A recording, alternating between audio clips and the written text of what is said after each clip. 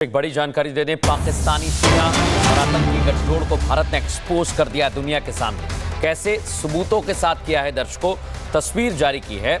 आपको बताते हैं, लश्कर आतंकी के जनाजे में पाकिस्तानी आर्मी के अफसर शामिल हुए। ये तस्वीर जो आप देख रहे हैं, इसमें आपको वो तमाम पाकिस्तानी अफसर नजर आ रहे हैं। देखिए, बाकायदा हमने नाम बताया है। इसमें फैयाज शाह आपको नजर आ रहा है, राव इमरान नजर आ रहा है, और जो बीच में शख्स खड़ा हुआ है ये आम नहीं है, ये लश्कर का आतंकी है। और आपको ये जानकारी दे दें कि लश्कर का आतंकी है जिसको लेकर दुनिया भर में इसे वैश्विक आतंकी घोषित किया है। और अब ये इंफॉर्मेशन हमें मिल रहा है आतंकी जनाजे पर कैसे ये आंसू बहा रहे थे। विवेक हमारे सहयोगी का हम रुख करेंगे। विवेक, चलिए, अब वो खुलासा हम करने जा रहे हैं, लेकिन यहां भी सबूत को सामने रखा है। आतंकी जनाजे पर आंसू बहाया जा रहा था मुरीद के आतंकी लश्कर का जो कैंप था, और यहां पर आप देख रहे हैं कि जो आतंकवादियों की मौत हुई, पहले यहां देखिए, यहां उन्हें पाकिस्तान के झंडे में लपेटा गया। उसके बाद कौन कौन लोग खड़े हैं एक एक कर हम आते। छोड़ी सर, जरा आ जाइए, जरा आइए। जरूरी ये हो जाता है कि जब आतंकी मरते हैं उन्हें इस तरीके से जनाजे में शामिल होकर सलूट किया जाता है। ये अपने आप में पाकिस्तान की परंपरा रही है। जरा बताइएगा एक एक करके ये जो नाम है, क्योंकि हम यहां पर अगर चेहरों को गिन दें तो 1 2 3 4 5 6, और इन 6 नामों के बारे में सूचना जो है सामने आई है, वो हम आपको एक बड़े खुलासे के तौर पर कर रहे हैं। सर विवेक जी, देखिए, ये पाकिस्तानी सेना के 3 सीनियर अफसर हैं, और ये एक आतंकवादी के जनाजे में शामिल होना क्लियरली दिखाता है। जिन भी लोगों को कोई शक था, जो भी थोड़े बहुत लोग दुनिया में सोच रहे थे कि पाकिस्तानी सेना आतंकवादियों को समर्थन नहीं करती, बिल्कुल सर, इससे बड़ा प्रूफ क्या हो सकता है? आइए सर, इस तरफ आइए, एक बड़े फ्रेम पर हम दिखाते हैं दर्शकों को। आप मेरे साथ आइए। चलिए, 1 नंबर से शुरू करते हैं sir. Lieutenant general Fayaz Hussain. देखिए, अब इस जनाजे में लेफ्टिनेंट जनरल शामिल हो रहे हैं, तो एक बड़ा नाम तो ये है, चेहरे के साथ दिखा रहे हैं सबूत के सामने। विवेक जी देखिए, एक लेफ्टिनेंट जनरल का शामिल होना, एक ब्रिगेडियर का, एक मेजर जनरल का, यानी कि पाकिस्तान की पूरी जो टॉप लीडरशिप है सेना की, वो आतंकवादियों के साथ है। सर इस तरफ ये डॉक्टर उस्मान अनवर है और ये मलिक शोएब अहमद है। तो कुल मिलाकर ये जो 6 चेहरे, लेकिन सर सबसे अहम है, ये अपने दर्शकों को दिखाना चाहेंगे। सोडी सर हमारे साथ मौजूद हैं।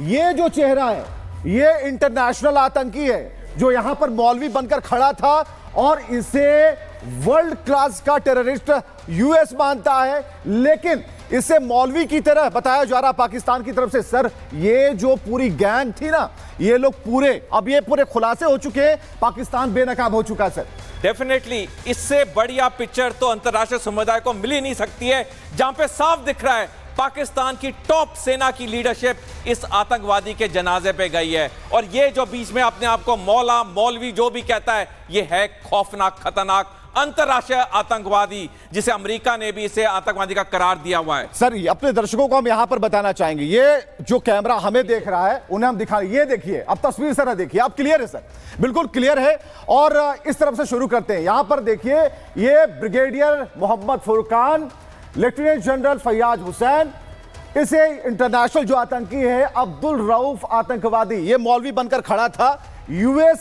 इसे इंटरनेशनल आतंकी मानता है, लेकिन पाकिस्तान इसे नहीं मानता। अब देखिए कौन कौन खड़े हैं। मेजर जनरल राव इमरान खड़े हैं, मलिक शोएब अहमद यहां पर मौजूद है, आईजीपी उस्मान अनवर मौजूद है। तो ये पूरी गैंग यहां पर पाकिस्तान की मौजूद थी। अब दर्शकों को जरा सोडी सर आप बताएं कि ये पाकिस्तान क्या चला रहा है। देखिए, 1971 में जब भारत ने पाकिस्तान के 2 टुकड़े किए, अगले साल 24 जनवरी 1972 में मुल्तान शहर पाकिस्तान में कॉन्फ्रेंस हुई, जिसका नाम था मुल्तान कॉन्फ्रेंस। इसकी अध्यक्षता की पाकिस्तान के वजीर आजम जुल्फिकार अली भुट्टो ने। तब 3 अहम निर्णय लिए गए उस मुल्तान कॉन्फ्रेंस में। पहला था, पाकिस्तान परमाणु हथियार बनाएगा। दूसरा था कि आने वाले समय में पाकिस्तान फिर से जंग करेगा जम्मू कश्मीर के लिए। और तीसरा था, पाकिस्तान आतंकवादियों का समर्थन करेगा। भारत में अशांति अस्थिरता फैलाने के लिए इस डॉक्ट्रिन का नाम दिया गया ब्लीडिंग इंडिया विद 1000 कट्स। जब जनरल जुल्फिकार अली भुट्टो जब जनरल जियाउल हक पाकिस्तान में सत्ता उसने पकड़ी, हासिल की 1977 में, तब इस डॉक्ट्रिन को औपचारिक तौर पे रखा गया। सर जो कह रहे हैं, सर आप बिल्कुल आए वहां पर। मैं आ रहा हूं विवेक, आपके पास लौट रहा हूं। बड़ी जानकारी इस समय मिल रही है। आतंकी अब्दुल रऊफ को लेकर पाकिस्तान का झूठ बेनकाब हो गया है, और जैसा अभी कर्नल सोडी बता रहे थे पाकिस्तान ने बाकायदा डॉक्यूमेंट बनाया कैसे आतंकवाद को फैलाना है, और अब आतंकी रऊफ पर झूठ पाकिस्तान का बेनकाब हुआ है, इसे टेररिस्ट आतंकवादी घोषित किया है। और सिर्फ भारत ने नहीं, अमेरिका ने भी घोषित किया है। आप सोचिए जरा, और ये वहां पर मौलवी बनकर खड़ा हुआ था, ये वहां पर फतिया पढ़ रहा था, दुआ पढ़ रहा था, ऐसा बता रहे हैं। लेकिन पाकिस्तान के आर्मी के बड़े अधिकारी वहां पर मौजूद हैं। इसका सीधा मतलब ये है कि पाकिस्तान आर्मी आतंकवाद को बढ़ावा देती है, आतंकवाद को ट्रेनिंग देती है, और यही आतंकवादी भारत पर हमला करते हैं। अब दुनिया इस तस्वीर को देखे, और पाकिस्तान जो बार बार बातें करता है, दुनिया को अब समझना होगा कि पाकिस्तान अंदर से क्या है और दिखावा क्या करता है। हाँ मृदुल, ये तस्वीर को अगर देखें, इसे जरा फुल फ्रेम में ले लीजिए, इस तस्वीर को जरा फुल फ्रेम में लीजिए। ये आतंकी अब्दुल रऊफ है, सेना, पाकिस्तानी सेना पीछे खड़ी है। अब देखिए यहां कैसे सपोर्ट आतंकियों को मिलता है। जो आतंकवाद को बढ़ावा देने वाला है वो आगे खड़ा है। जो इस दुनिया में यानी कि 72 हुरों के पास पहुंच चुके आतंकी, उनकी जो पूरी लिस्ट है वो उनके नीचे है। और ये अल्लाह से कह रहे हैं कि इन्हें जन्नत मिले। तो ये तस्वीरें बहुत कुछ कह रही हैं, और ये तस्वीरें बता रही हैं कि किस तरीके से पाकिस्तानी सेना पाल रही है आतंक को, आतंकवादियों को। और जो सेंटर पर जो व्यक्ति खड़ा है मौलाना नहीं, अब्दुल रऊफ है, इंटरनेशनल आतंकवादी। और अब मैं आपको बताता हूं, ये टॉप आतंकी जो ढेर किए हैं भारत ने दुनिया को बता दिया है। मुदस्सर खरियान उर्फ अबू जुंदाल, ये लश्कर तैयबा का आतंकी है, दर्ज को इसे ढेर कर दिया है। 26/11 आतंकी हमले में भी ये शामिल था। आपको दूसरा आतंकी बताता हूं मैं, मोहम्मद यूसुफ अजहर उर्फ उस्ताद, ये जैश ए मोहम्मद का आतंकी है, और कंधार हाईजैक में साजिश में शामिल था, इसे ढेर कर दिया है। हाफिज मोहम्मद जमील जैश ए मोहम्मद का आतंकी है, दर्ज को ये। आतंकी मसूद अजहर का बड़ा साला है, आतंकी मसूद अजहर का तो आधा परिवार खत्म हो गया। खालिद उर्फ अबू अकाशा लश्कर तैयबा का आतंकी भी मारा गया है, हथियारों की तस्करी में ये शामिल रहता है। मोहम्मद हसन खान, ये भी जैश ए मोहम्मद का आतंकी था, और पाकिस्तान में ये जैश ए मोहम्मद के कमांडर असगर का बेटा है। और पाकिस्तान ने कैसे इन आतंकियों को पाल रखा था, इन्हें अब नेस्ते नाबूद कर दिया है। तो तस्वीरें हमने आपको दिखाई, और जो स्थिति है कि पाकिस्तान एक्सपोज हो चुका है। झूठ सच जो पाकिस्तान कर रहा है वो बेनकाब हो चुका है। भारत के एयरबेस पर हमला करने वाले जो लोग हैं वो अब एक्सपोज हो रहे हैं। जैसे झूठ और सच का अंतर आप समझिए किस तरीके से। झूठ पाकिस्तान कह रहा है कि S-400 को नुकसान पहुंचाया, सच ये है कि S-400 को कोई नुकसान नहीं पहुंचा। अब अगला देखिए, पाकिस्तान कह रहा है बारूद डिपो पर हमने हमला किया, ये सरासर झूठ है। सच क्या है कि डिपो पर हमले की जो खबर है वही फर्जी है। इसके अलावा भारत ने मस्जिदों पर हमला किया, पाकिस्तान ऐसा कहता है जो झूठ है। सच है कि किसी मस्जिद पर कोई अटैक नहीं हुआ। अगला झूठ पाकिस्तान का कि भारत के बेस पर हमला हुआ, लेकिन सच क्या है? सच है कि ब्रह्मोस मिसाइल बेस सुरक्षित है। और ये झूठ और सच का जो अंतर है ये पाकिस्तान को एक्सपोज कर रहा है वर्ल्ड फोरम पर, और एक के बाद एक कई झूठ बोलने वाला झूठा पाकिस्तान अब बेनकाब हो गया है। सब कुछ क्लियर है, एक्सपोज है, पब्लिक फोरम पे है, वर्ल्ड फोरम पर है। तो ये तस्वीर हम आपको दिखा रहे हैं, और ये ग्राफिक्स बताने के लिए काफी है ताकि आप इसे पढ़ लें और देख लें। इंद्रजीत सर, आप लगातार बैठे हुए, झूठ और सच का फर्क समझ में आ रहा है?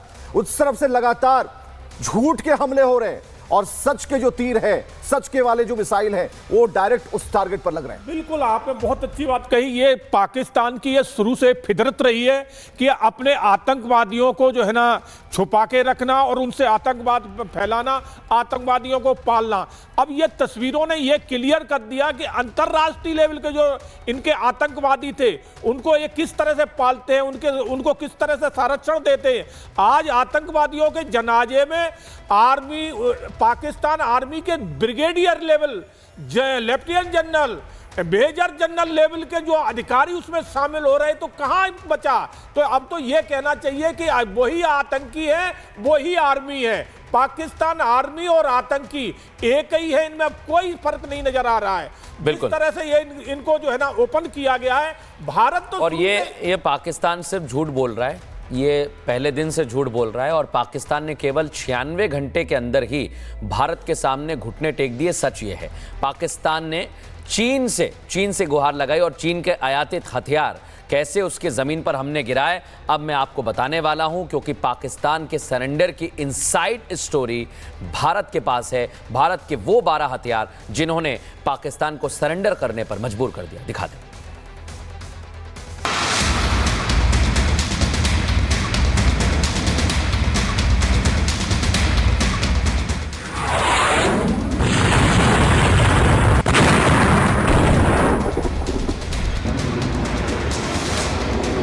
आतंकी मरकजों को किया तबाह, आतंक के पनागाह को किया तबाह, आतंक की टेरर फैक्ट्री को किया तबाह, पाकिस्तानी एयरबेस को किया तबाह। 4 दिन में पाकिस्तान में भारतीय हथियारों ने जो तबाही की विनाशलीला रची, उसे देखकर पाकिस्तान के मंसूबे भी तबाह और बर्बाद हो गए। हाफिज बिल में छिपकर अपनी जिंदगी की भीख मांग रहा है। मसूद अजहर मौत की मिन्नत कर रहा है। मुनीर अपने मंसूबे के ध्वस्त किले के मलबे को बटोर रहा है, तो शहबाज पाकिस्तान के सरेंडर के बाद आंसू बहा रहा है। लेकिन पाकिस्तान के सरेंडर की कहानी लिखी उन 12 महानायकों ने, जिनके खौफ से पाकिस्तान के पैर उखड़ गए। पाकिस्तान के बर्बादी की पहली स्क्रिप्ट लिखी राफेल ने, जिसने इंटरनेशनल बॉर्डर को बिना क्रॉस किए पाकिस्तान में घुसकर बहावलपुर तक आतंकी अड्डों को तबाह कर दिया। हैमर और स्कैल्प के प्रहार ने सेकेंडों में आतंक के मरकजों को धुआं कर दिया। MRSAM मिसाइल्स ने आसमान में ही पाकिस्तान के मंसूबों को राख करके बता दिया, इधर नजर उठाई तो आंखें निकाल ली जाएंगी। आकाश मिसाइल ने पाकिस्तान में GF-17 को निशाना बनाया और उसका अंत कर दिया। ब्रह्मोस ने पाकिस्तान के एयरबेसों को राख कर दिया। ये वो महानायक थे जिन्होंने पाकिस्तान में घुसकर पाकिस्तान के बर्बादी की कहानी लिखी। लेकिन कुछ ऐसे भी रहे जिन्होंने हिंदुस्तान की सरहद को हर पाकिस्तानी हमले से महफूज रखा। S-400 डिफेंस सिस्टम ने पाकिस्तान से आए हर हमले को आसमान में ही नाकाम कर दिया। पाकिस्तान की फतेह मिसाइल को मिट्टी में मिला दिया। शिल्का से लेकर पेचोरा, Zu-23 और L-70 गन्स ने पाकिस्तान से आ रहे हर ड्रोन को जमींदोज कर दिया, जिसके बाद हिंदुस्तानी जमीन पर उनके टुकड़े ही दिखे। आतंक के खिलाफ ऑपरेशन सिंदूर अभी भी जारी है और अब तो आतंक का मतलब एक्ट ऑफ वॉर है। ऐसे में पाकिस्तान के नापाक इरादे अगर अब भी जागते हैं तो फिर उस मुल्क को सुलाने के लिए कब्रिस्तान भी कम पड़ जाएगा। Bureau report, Republic Bharat.